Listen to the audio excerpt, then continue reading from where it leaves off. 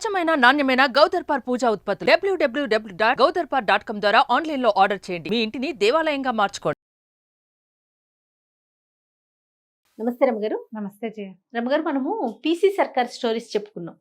ఇంద్రజాలం కథ. ఇంద్రజాలం కథలు దాంట్లో ఒక చెప్తామా? పూర్వం అట ఓ ఊర్లో రఘునాథుడు అని ఒక ఆయన ఉండేవాడట. ఆయన వడ్డీ వ్యాపారం చేసేవాడు. చాలా గట్టిగా తనకి డబ్బులు ఇవ్వాల్సిన వాళ్ళని రాచి రంపాన్ని పెట్టేవాడు ఆయన. ఈయనకి పిల్లలు కొడుకు కూతురు మరణించారు. కూతురు పిల్లలు మరణించి ఒక మనవడు మాత్రం ఉన్నాడు. కూతురు కొడుకు కూడా పోయారు. గుణి వాడి పేరు. అయితే ఈయన చుట్టుపక్కల వాళ్ళందరికీ డబ్బులు అప్పులు ఇచ్చి వడ్డీ లాగి సమయానికి ఏదైనా కుదరకపోతే వాళ్ళు ఇవ్వలేకపోతే వాళ్ళ ఆస్తులు జప్తు చేయించేంత గట్టివాడు. అక్కడి నుంచి దాంతోపాటు చిన్న పిసినాడతనం, సహాయ కార్యక్రమాలు అవి ఏనాడు చేసేవాడు కాదు. ఈ గుణి పక్కనున్న పల్లెటూరు పెద్ద ఊరిలో 10th క్లాస్ ఏదో పూర్తి చేశాడు. హై స్కూల్ చదువు పూర్తయింది. వాడికి ఈ వడ్డీలకి ఇవ్వటం అది నచ్చేది కాదు. వాళ్ళు వచ్చి వాకిళ్లలో నుంచి ఏడుపు మొహాలు పెట్టుకుని తీర్చలేకపోతే ఇంత డబ్బు ఎందుకు, ఏం చేసుకుంటాడు, ఎవరున్నారు, ఎవరు లేరు, ఆయన ఒకడు నేను ఒకడిని, ఆయన దాన్ని ఆయన పోతే నేను ఒక్కడనే కదా, నేను కూడా ఏదో పని చేసుకుంటా కదా, ఏదైనా వ్యాపారం చేస్తాను, ఈ వడ్డీ వ్యాపారం ఏమిటి అసహ్యంగా అలా ఉండేది. ఏదైనా వ్యాపారం చేస్తాను తాత అంటే ఆయన ఒప్పుకునేవాడు కాదు. మన దగ్గర డబ్బులు ఎక్కడివి అనేవాడు. ఆ పెట్టె నిండా ఆయన దగ్గర తళతళలాడే ఎన్ని వెండి రూపాయలు, బంగారు నాణ్యాలు, రాగివి, కాన్లు, కాసులు ఎన్ని ఉండేవో. పెట్టె తీసినప్పుడల్లా చూసేవాడు వాడు. దాని నిండా డబ్బే, అన్ని కాసులే, లేవనేవాడు. పిల్లాడు, తాత ఈ డబ్బు ఏంటి, ఈ పని చేస్తావు, నీ పద్ధతి నాకేం నచ్చలేదు, ఇలా చేయొద్దు మనం అని చెప్పేవాడు. వాళ్ళు ఏడుపంతా దీంట్లో ఉంటుంది, డబ్బులో ఉంటుంది. అంటే ఏడ్చారు వాళ్ళ మొహం. డబ్బులు తీసుకున్నప్పుడు లేదా వాళ్ళకి అనేవాడు. కుర్రాడిని ఇంకా పై చదువులో లేదా ఉద్యోగ వ్యాపారం ఇందులోనే వడ్డీ వ్యాపారంలో దిగమన్నాడు. వాడు ససేమిరా నేను వడ్డీ వ్యాపారం చేయను తాత, ఊర్లో ఒక సహకార కేంద్రం పెట్టుకుందాం. సహకార కేంద్రం అంటే అందరూ కలిసి చేసే వ్యాపారం. వడ్లు ధాన్యము అవి అమ్మటము, పాలు అమ్మటము పెట్టుకోవాలి. మరి నువ్వు పెట్టుబడి పెట్టు, నేను ఆ వ్యాపారం చేస్తా. వాళ్ళందరినీ కూర్చుకుని సహకార కేంద్రం ఒకటి ఏర్పాటు చేసుకుని చేస్తాంగా, కోఆపరేటివ్ థింగ్స్ పల్లెటూళ్ళలో. ఆయన చచ్చినా దానికి ఒప్పుకోలేదు. అయితే ఏమైంది, ఒకనాడు ఇలా రోజులు గడుస్తున్నాయి. ఆయనకి ఆ పిల్లాడిని వ్యాపారంలో ప్రవేశపెట్టాలని ఉంది. వాడైతే లెక్క డొక్క బాగా రాసుకుంటాడు, చదువుకున్న పిల్లాడని. వాడు ఇందులోకి చేరేవాడు కాదు. ఓ రోజు ఆయన పెట్టి తీసినప్పుడు వీడన్నాడు వెనకాలే నిలబడి, తాత పొర్లిపోతున్నాయి డబ్బులు, నీ డబ్బు అంతా ఏడుస్తోంది తెలుసా అన్నాడు. వాళ్ళందరి ఏడుపులు నీ డబ్బులో ఉంది. ఆ డబ్బు ఏడుస్తుంటే కొన్నాళ్ళకి ఇల్లంతా మునిగిపోయి అందులో నానిపోతాం మనం, ఈ ఇల్లు పడిపోతుందంటే ఆయన కేకలేసాడు, డబ్బు ఏడవటం ఏంటి నీ మొహం, కాసులు ఎక్కడైనా ఏడుస్తాయా పిచ్చి వెధవా అన్నాడు. ఏడుస్తాయి తాత, ఎందుకు ఏడవటం, నాకు కనపడుతున్నాయి వాటి ఏడుపు, నీకే తెలియటల్లా, కావాలంటే నా చేతిలో ఒక కాసు పెట్టు, అది ఏడుస్తుందో లేదో నీకు నేను చూపిస్తాను అనేసరికి ఆయన ఆశ్చర్యపోయాడు. డబ్బు ఏడవటం ఏమిట్రా నీ మొహం అన్నాడు. కాదు తాత, నువ్వు పెట్టలోంచి ఒక కాసు తీసి నా చేతిలో పెట్టు, నేను దాని ఏడుపు నీకు చూపించకపోతే నన్ను అడుగు అనగానే ఆయన ఏం చేశాడు, ఒక వెండి కాసు ఒకటి పిల్లాడి చేతిలో పెట్టాడు. ఆ పిల్లాడు దాని కేసు చూసి అలా పట్టుకుని దాన్ని ఇట్లా గట్టిగా పిండాడు, అరచేతిలో పెట్టుకుని 2 చుక్కలు గారిపడ్డాయి. ఆయన నిర్ఘాంతపోయాడు.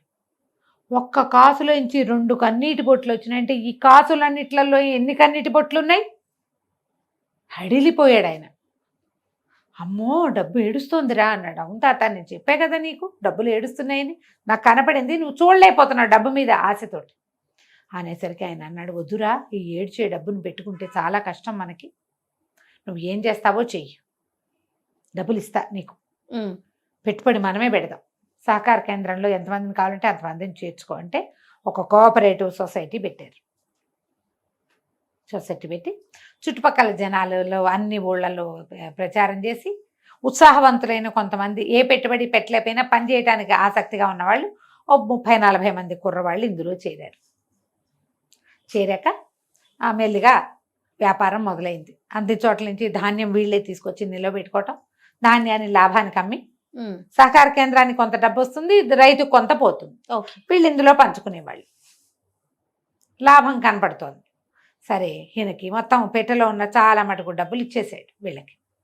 ఇచ్చేసిన తర్వాత ఒక రోజున అన్నాడు, ఏరా మరి మిగిలిన డబ్బంతా అంతా కేంద్రంలోనే పెట్టేద్దాం, నువ్వు ఇక వడ్డీ వ్యాపారం చేయటం మానేసి, ఈ వ్యాపారంలో కూడా డబ్బులు కనపడుతున్నాయి కదా, అవును, నీకు వడ్డీ వ్యాపారంలో వచ్చే డబ్బేమో ఏడుస్తోంది, ఇదిగో మా డబ్బులు చూడు, నువ్వు ఇందులో నుంచి కళ్ళనీళ్ళు వస్తాయేమో చూడు అని ఆ డబ్బులు ఎత్తి చేతిలో పోసాడు. ఆయనకి చాలా సంతోషంగా అనిపించింది. తన మనవడు తన ప్రజ్ఞతోటి ఈ డబ్బంతా చేశాడు. అది కూడా సంవత్సరం తిరిగేసరికి 25-30 మంది కుర్రాళ్ళకి జీతాలు ఇచ్చి, వీళ్ళందరూ తిని, రైతులందరూ అబ్బాయి ఎంత హాయిగా ఉంది గుణి పని మొదలు పెట్టాక అని వాళ్ళంతా సంతోషిస్తూ, ప్రతి వాళ్ళు బా కుర్రాడు తెలివి, వీడు ఎంత మంచివాడు, ఎంత తెలివైన వాడు అని మెచ్చుకుంటూ, ఇంత డబ్బు ఏరా ఇందులో నుంచి నీకు కన్నీళ్ళు వస్తున్నాయేమో చూస్తావరా అన్నాడు. లాస్ట్ టైం చేసినట్టు అట్లాగే దానికేసి చూసి నొక్కాడు, ఏమీ రాలే. చూసావా తాత, ఇది కష్టార్జితం, వేరే వాళ్ళ ఏడుపులు లేవు ఇందులో అనేసరికి ఆయన చాలా సంతోషించి సగం డబ్బు ఇచ్చాడు కదా, మిగిలిన డబ్బంతా సహకార కేంద్రంలో పెట్టించేసాడు. అప్పుడు ఈ కుర్రాడు చెప్పాడు, ఈ డబ్బు ఏడుస్తోంది, నీ వడ్డీ డబ్బులేమో ఏడుస్తాయి, నువ్వు వాళ్ళ దగ్గర లాగేసినవి, కష్టించి సంపాదించిందేమో ఏడవుతుంది. కాబట్టి వడ్డీ వ్యాపారం మానే తాత, ఎవరి నోట్లు వాళ్ళకి ఇచ్చేద్దాం, వాళ్ళు ఎప్పుడు ఇస్తే డబ్బులు అప్పుడు తీసుకుందాం, ఓకే, వాళ్ళ ఆస్తులు జప్తు చేయదంటే సరే ఒప్పుకుని, మేలుగా అందరితోటి మాట్లాడుకుని కాస్త 5-10 వడ్డీ తగ్గించేసుకుని, వడ్డీ వద్దు అసలు ఇవ్వండి చాలని అందరి కాగితాలు పంచేసాడు వాడు. బంగారం పెట్టిన వాళ్ళు ఉంటారు, కుదవ పెట్టారు, స్థలాలు, పొలాలు, ఇళ్ళు, బంగారం తెచ్చి పెట్టడం, వెండి సామాన్లు, ఇత్తడి సామాన్లు కుదవ పెట్టిన వాళ్ళు అందరివి మీరు అసలు ఇవ్వండి, వడ్డీ ఇవ్వక్కర్లేదు, మొత్తం అసలు మాకు ఇచ్చేసేయండి అని. అసలంటే మండబ్బే, అంతేగా. సరే, ఆ తర్వాత ఎప్పుడైనా ఆయన ఎరా నా పెట్టెలో డబ్బులు ఏమైనా ఏడుస్తున్నాయేమో చూడు అంటే ఇట్లా నొక్కి ఏమి ఏడవట్లేదు తాత అనేవాడు.